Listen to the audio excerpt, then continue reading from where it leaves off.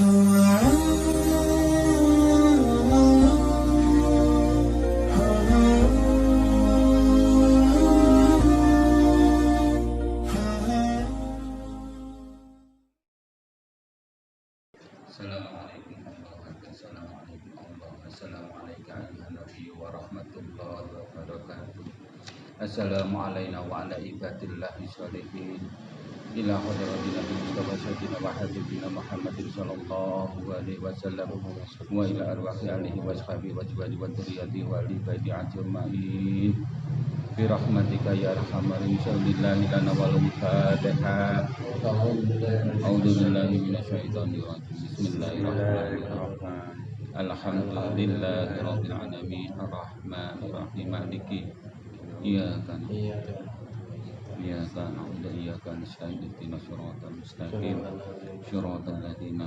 an'amta 'alaihim ghairil maghdubi. Tadi ada pertanyaan yaitu syahadat posisinya waktu asyhadu an la ilaha illallah dan waktu itu saya dalam posisinya illallahu wa asyhadu anna muhammadar rasulullah. Jadi begini, Bapak pensyahadat, ada syahadat yaitu la ilaha illallah. Ada dua kalimat syahadat yaitu asyhadu an la ilaha illallahu wa asyhadu anna muhammadar rasulullah. Jadi di sini as itu artinya aku. Jadi aku bukan saya. Nah, paham tak ya? Jadi aku bukan saya. Nah, kita berkata kalimat syahadat itu kita tidak boleh hanya mengenal hanya sekedar untuk berkata-kata. Karena ini ikrar itu perjanjian. Nah, di dalam perjanjian kita harus saksama melihat tulisan, melihat kalimat, melihat kalam yang sebenarnya kalam apa yang kita ucap karena ini ikrar. Kalau kita ikrar tidak paham apa yang diikrarkan, akhirnya tidak tahu, tidak mengerti apa yang kita jalankan, yaitu yang makna daripada syahadat. Contohnya begini, asyhadu an la ilaha illallah wa asyhadu anna muhammadar rasulullah. Kita harus betul-betul yaitu memperhatikan, mendengar dengan seksama apa yang kita ucap dalam kalimat syahadat. Jadi kalimat syahadat itu bukan hanya kalam, bukan hanya permainan, bukan hanya kata-kata, tapi dalam kalimat syahadat penuh dengan rahasia. Setiap kalam, setiap huruf, setiap apapun itu penuh dengan rahasia. Yang ditanyakan saya, kalau di sini dalam syahadat itu aku, saya tidak ada. Loh, bagaimana saya ini ada? Bagaimana duduknya pada asyhadu pada aku? Mau tidak mau kita siap atas duduk, yaitu didudukkan diri kita harus menjadi aku. Paham ya? Diri kita harus menjadi aku. Lah bagaimana kita harus bisa menjadi aku? Tentunya kita dalam paham syahadat, melakukan syahadat, berkata syahadat, ikrar dalam syahadat, tentu harus ada yaitu yang menuntun, yaitu bagaimana kita disyahadatkan. Akhirnya duduk kita bukan saya, tapi duduk kita dalam yaitu aku. Tanpa ada yang mensyahadatkan, sulit kita duduk pada aku. Lah aku ini siapa? Aku ya lahir, aku ya batin. Hakikatnya diri adalah Muhammad. Muhammad hamba ini yang harus disyahadatkan. Karena tubuh ini adalah jiwa ini adalah Adam. Jadi Adam mau tidak mau harus masuk kepada Muhammad. Muhammad hamba yaitu aku. Hakikat Muhammad tadi adalah aku yang lahir, aku yang batin seutuhnya dalam diri ini harus betul-betul yaitu disyahadatkan oleh guru. Untuk kemana? Untuk menuju kepada Muhammad Rasulullah. Muhammad hamba diri untuk bersaksi kepada Muhammad Rasulullah dan Allah. Makanya di dalam syahadat kemarin yang dipahamkan kita syahadakan asyhadu alla ilaha. Nah, inilah posisinya syahadat mutlak menuju kepada Allah yaitu yang disembah, yaitu Allah Subhanahu wa ta'ala, Muhammad utusan Allah, tiada lain yang bisa bersaksi untuk kepada Allah dan Rasul adalah Muhammad. Tanpa kita menjadi Muhammad, tanpa kita tidak dibimbing, tanpa kita tidak disyahadkan, sulit untuk menjadi diri kita seutuhnya Muhammad, yaitu aku. Nah, masuk kepada illallahu, di sini namanya syahadat diri, yaitu dalam sir aku, yaitu Muhammad hamba tadi mengakui aku Islam karena Allah. Di sini apa? Wa ashadu anna. Nah, ini harus hati-hati, harus dipahami, bukan ana. Karena banyak sekali orang berkata asyhadu an la ilaha illallah wa asyhadu anna Muhammadar Rasulullah. Kalau dalam kalimat ana ini berarti saya. Padahal dalam kalimat syahadat anna. Anna itu adalah kedudukannya, rahmatnya Allah yang didudukkan kepada yaitu Muhammad Rasulullah. Kira-kira paham itu ya. Jadi anna itu adalah bagaimana kita berucap dalam anna itu hidup seutuhnya dalam diri. Nah, di sini katakan aku ya engkau, engkau ya aku, ya Muhammad hamba yang menjadi Muhammad Rasul. Maka di situ anna Muhammad Rasulullah. Itu. Nah, bukan ana Muhammad Rasulullah, tapi anna Muhammad Rasulullah. Karena apa? Dalam waktu illallahu. Ini namanya aku. Aku adalah Muhammad, ya. Muhammad hakikatnya di diri. Karena ini namanya ruh yang bernama Muhammad, mau tidak mau harus bersyahadat, bersaksi dan menyaksikan. Akhirnya anna Muhammad Rasulullah. Paham ya kira-kira ya? Nah, terus bagaimana kita untuk menghidupkan, menyatukan yang katakan anna, kita bisa mensifati Rasulullah, yaitu contohnya asyhadu alla ilaha, aku bersaksi tiada yang disembah hanya Allah Subhanahu wa ta'ala, Muhammad utusan Allah. Illallahu, dalam illallahu diri berkata, batin berkata, karena Muhammad posisinya aku yaitu batin. Makanya tanpa suara di batin berkata aku Islam karena Allah. Baru apa? Huwa ashadu anna. Nah, anna ini kalau bisa itu adalah disir, yaitu ditarik nafas hidung, ditariklah sulbi naik, tarik. Pertemuan antara nafas dan sulbi di tengah dada berkata anna Muhammad Rasul. Hakikatnya apa? Anna yang rahmat nur tadi hidup bersama Muhammad dalam diri. Karena yang sulit itu menghidupkan. Ya, karena kalau sudah hidup itu tugasnya syahadat diri kita. Syahadat tidak berhenti, yaitu terus berjalan untuk mencapai apa? Keridhaan Allah, atau yang dikatakan kesempurnaan diri, yaitu wujud syahadat. Kalau sudah sempurna syahadat, mau tidak mau di situ ada perjanjian, ada kesaksian, terus harus dijalankan, yaitu syahadat dengan hukum rukun Islam. Habis syahadat adalah hakikatnya sholat adalah menjalankan syahadat. Bukan terpisah antara syahadat dan sholat. Hakikatnya sholat itu adalah menjalankan syahadat. Karena di situ ada asyhadu an la ilaha illallah wa asyhadu anna Muhammadar Rasulullah. Maka dikatakan sholat itu adalah makrifat bagi orang yang mukmin, atau yang dikatakan adalah apa? Mikrot bagi orang yang, karena di dalam sholat itu ada pertemuan. Lah pertemuan itu ada di dalam syahadat. syahadat. Seperti kita syahadat disyahadatkan itu pertemuan, didudukkan anna kepada siapa? Muhammad hamba. Akhirnya cahayalah Muhammad hamba, diri ini akhirnya menjadikan apa? Muhammad Nur.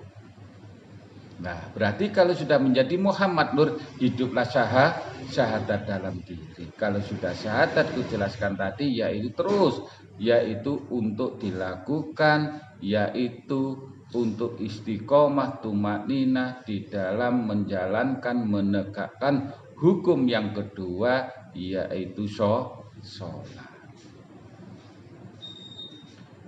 Nah, kalau sholat tanpa syahadat itu juga tidak sah. Paham ya? Jadi syahadat tadi bukan berhenti, tapi syahadat dihidupkan. Lah, paham tadi caranya untuk menghidupkan syahadat tadi ya, sudah paham. Yaitu asyhadu alla ilaha, pengakuan kepada Allah yang disembah, yaitu subhanahu wa ta'ala, kepada Muhammad Rasulullah, illallahu, dalam batin aku Islam karena Allah, baru berkata wa ashadu an ini sudah tarik nafas hidung. Tadi kan sudah aku pahamkan, nafas hidung ditarik, sulbina naik, itu bertemu di tengah dada, berkata dalam sir, berkata anna Muhammad Rasulullah. Maka di dalam sholat langsung ada sholat Allahumma sholli ala sayyidina Muhammad wa ala ali sayyidina Muhammad kama shallaita ala sayyidina Ibrahim wa ala ali sayyidina Ibrahim wa barik ala sayyidina Muhammad wa ala ali sayyidina Muhammad kama barakta ala sayyidina Ibrahim wa ala ali sayyidina Ibrahim. Karena apa? Ada sholawat, karena sudah ada pertemuan, makanya munculnya sholawat. Kalau sudah bertemu, apa yang kau sembahkan dalam pertemuan, tidak ada lain yang terbaik adalah sholawat. Sudah selesai langsung telan. Situ insya Allah yang dikatakan anna, yang kita sebut setiap saat dalam kalimat syahadat, hidup di dalam diri. Kalau di dalam diri hidup kita ini akan tertuntun, yaitu rahmat, yang dikatakan nur, yaitu wujudnya anna, yang menuntun diri kita dalam kehidupan untuk menerapkan, yaitu secara syariat dan hakikat tuntunan, yaitu antara kemana kita arah menyembah dan kemana arah kita mentaati semua peraturan Quran dan hadis. Tanpa hidupnya syahadat, sulit kita untuk menjadikan istiqomah tumakninah. Sulit kita ini menjadikan tegaknya hukum syariat dan hakikat. Karena ini antara Allah dan Muhammad tidak pernah berpisah. Yang dikatakan Muhammad itu syariat, yang dikatakan Allah itu hakikat. Maka di sini syahadat tidak boleh berpisah. Kira-kira paham ya? Ini. Terus apalagi yang ada yang bertanya, yang nambah. Kalau belum ada, aku jelaskan lagi. Paham tadi? Tadi yang tadi aku jelaskan, yaitu bagaimana yang duduknya saya harus menjasuk kepada aku. Aku adalah yang lahir dan batin maujud diri, yaitu Muhammad hamba seutuhnya. Siapa yang berucap, siapa yang berkata, siapa yang bersaksi, seutuhnya adalah diriku seutuhnya. Ya, paham dah? Kalau sudah masuk syahadat tidak ada siapa-siapa, yang ada aku, Rasul dan Allah. Yang ada dat, sifat dan aku. Paham? Terus apa yang ditanyakan?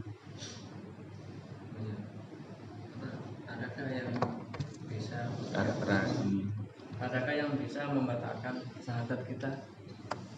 Yang apa? Yang membatalkan syahadat. Ya tentu banyak. Kita ini batal syahadat, satu karena kita ingkar dalam perjanjian. Contohnya kita ini kan bersyahadat, berarti sudah ada perjanjian diri kita seutuhnya, yaitu kepada yang dan kepada yang ditaati, yaitu roh.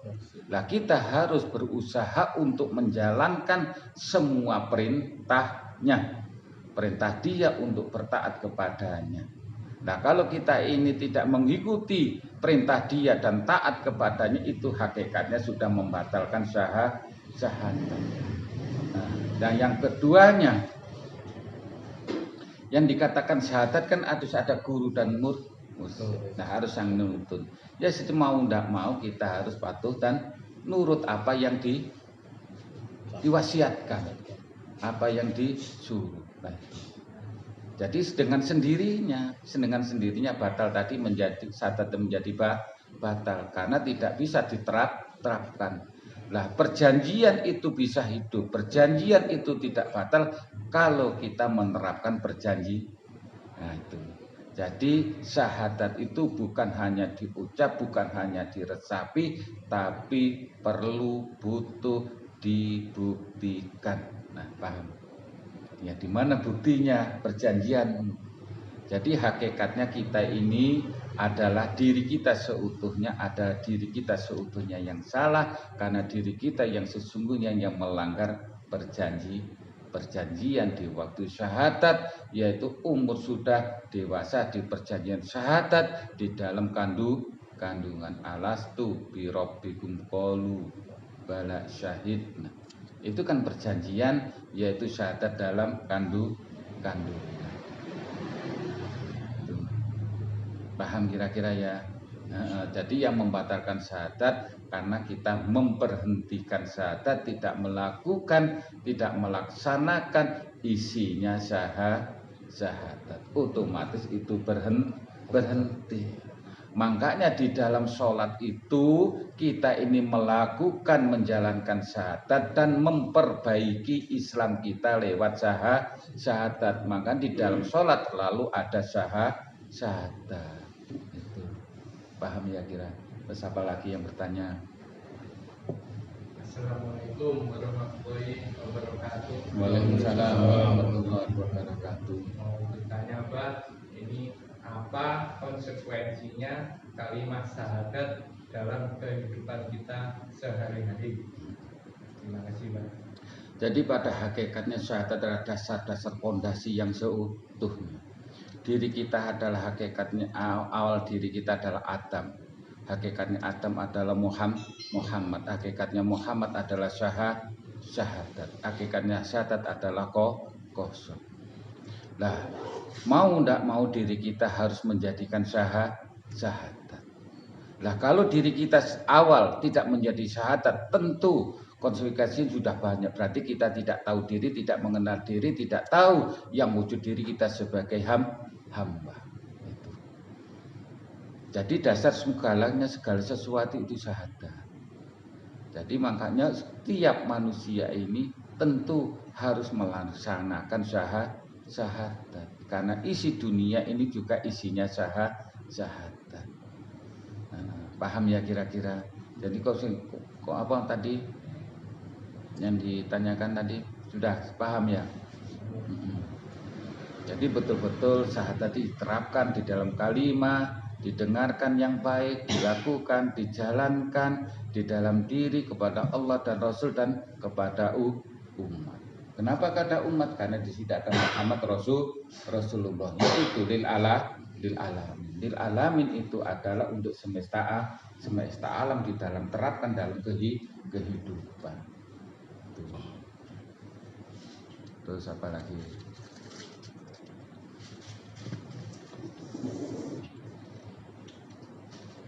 Apa Mas Rahmat tanya apa?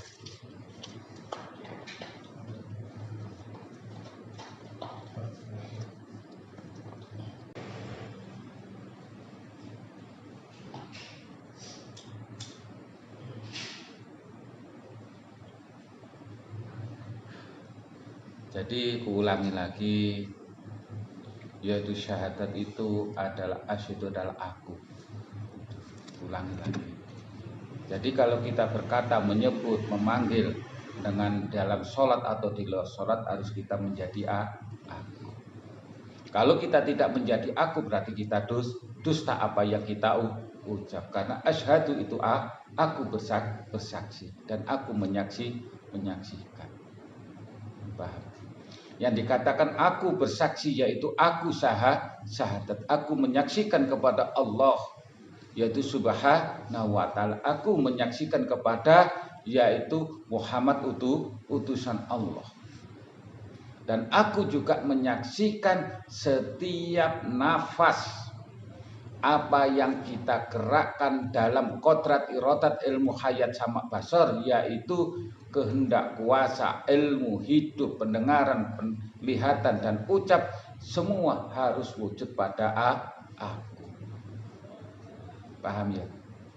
Karena aku bersaksi, aku menyaksikan rasamu, aku menyaksikan penglihatanmu, aku menyaksikan pendengaranmu, aku menyaksikan keinginanmu, aku menyaksikan kuasamu dalam dirimu, yaitu yang diberi hak kuasa. Jadi syahadat aku itu bersaksi dalam kehidupan, bersaksi di dalam kubur, dan bersaksi di akhirat. Bukan hanya bersaksi dalam syahadat kepada Allah dan Rasul, tapi saksi bersaksi kepada setiap kehidupan. Setiap nafas kini ada saksi, yaitu syahadat. Maka di situ aku. Nah, makanya kadang orang juga bertanya begini, loh, kau syahadat, apa kau melihat, apa kau menyaksikan? Berarti kalau orang bertanya begitu, dia berarti dia tidak tahu bahwa mensyahadat, karena syahadat itu aku. Kalau yang dikatakan aku pasti bisa menyaksikan. Kalau saya yang tidak bisa, masih diragu. Nah, karena syahadat bukan saya tapi aku. Aku itu siapa? Aku ya aku. Aku bukan Tuhan, aku bukan manusia, juga aku bukan jin dan iblis. Aku adalah aku. Akulah nur, yaitu nur jadi kesaksian dalam setiap kehidupan. Nah, untuk menjadikan kesaksian aku ini harus bisa bersahadat. Karena adabnya hamba aku ini harus menyatu kepada siapa? Harus diakui, yaitu anna Muhammad Rasul. Kalau aku ini sudah berkata dalam illallahu, dalam hu aku Islam karena Allah, berarti sudah mengakui dan diakui. Paham kira-kira ini ya? Bukan kita ini mengaku-ngakui Islam, tapi kita Islam harus diakui. Lah untuk bisa diakui, lah kita harus menjadi aku. Paham enggak ya?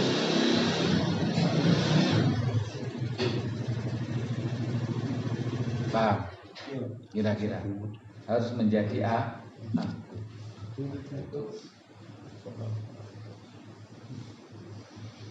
Lah untuk menjadi aku itu tadi sudah aku jelaskan di awal, iya toh ya. Ini kan kuulang-ulang lagi biar paham. Harus ada yang mendudukkan aku di dalam diri. Kita ini tidak bisa menjadi aku tanpa didudukkan oleh guru rohani. Karena guru rohani itu tugasnya mempertemukan di mana duduknya Muhammad hamba dan Muhammad Rasul. Kalau sudah bertemu, yaitu aku Islam karena Allah, dan dijawab anna Muhammad Rasul. Tuh. Paham ya kira-kira? Ya mudah-mudahan apa yang kita pahami hari ini tentang bababan syahadat, biar kita seutuhnya bisa melaksanakan secara syariat dan hakikat untuk diterapkan dalam kehidupan yang minimal, yaitu diterapkan di dalam sholat. Sholat itu adalah menjalankan syahadat. Saya kira ini cukup sekian, besok bisa disambung lagi. Akhirul kalam, assalamualaikum warahmatullahi wabarakatuh. Waalaikumsalam warahmatullahi Al-Fatihah.